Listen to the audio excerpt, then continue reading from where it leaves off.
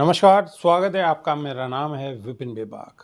देश के सबसे बड़े सूबे उत्तर प्रदेश में समाजवादी पार्टी और कांग्रेस के बीच लोकसभा चुनाव 2024 के मद्देनजर गठबंधन का ऐलान हो चुका है और विपक्षी गठजोड़ इंडिया गठबंधन में सपा और अन्य घटक दल 63 और कांग्रेस 17 सीटों पर चुनाव लड़ेंगे।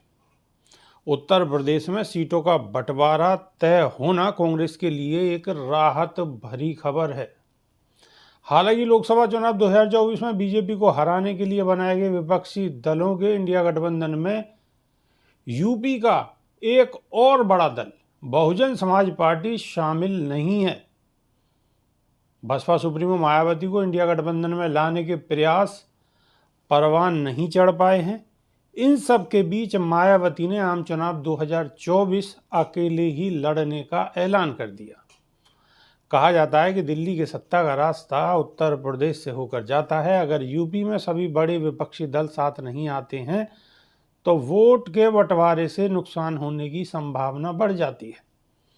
बसपा सुप्रीमो मायावती का प्रभाव यूपी में थोड़ा कम जरूर हुआ है, लेकिन इसके बावजूद दलित वोट बैंक के एक बड़े हिस्से पर उनका दबदबा आज भी कायम है। इंडिया गठबंधन में बसपा सुप्रीमो मायावती के बिना क्या नुकसान हो सकता है, इसकी बानगी बीते साल 2023 में हुए नगर निगम के चुनावों में भी नजर आई थी। बीते साल उत्तर प्रदेश के सभी 17 नगर निगमों में मेयर सीट पर चुनाव हुआ था। इस चुनाव में बीजेपी ने क्लीन स्वीप करते हुए सभी 17 सीटों पर कब्जा किया था। इन 17 सीटों में से 4 बार बहुजन समाज पार्टी के प्रत्याशी दूसरे नंबर पर रहे थे। इन उम्मीदवारों ने बीजेपी को आखिरी चरण तक कड़ी टक्कर दी थी। इतना ही नहीं, बसपा के इन प्रत्याशियों ने कांग्रेस और समाजवादी पार्टी का भी खेल बिगाड़ दिया था। आसान शब्दों में कहें तो इन सीटों पर सपा और कांग्रेस जीत के करीब नहीं पहुंच सकी थी। जिन 4 सीटों पर बीएसपी दूसरे नंबर पर थी उसमें मथुरा, वृंदावन, सहारनपुर, गाजियाबाद और आगरा नगर निगम की मेयर सीट शामिल थी।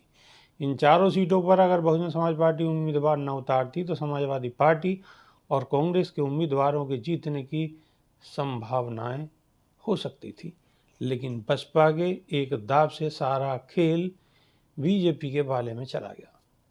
लोकसभा चुनाव 2024 के लिए यूपी में सपा और कांग्रेस के गठबंधन के सामने बसपा के प्रत्याशी बड़ी चुनौती खड़ी कर सकते हैं। दरअसल बसपा सुप्रीमो मायावती की पकड़ दलित वोटों के साथ साथ मुस्लिम वोटरों पर भी है और इस स्थिति में बसपा के प्रत्याशी 80 सीटों में से अनुसूचित जाति के लिए आरक्षित 17 सीटों पर तो सीधे चोट पहुंचाने की स्थिति में आ सकते हैं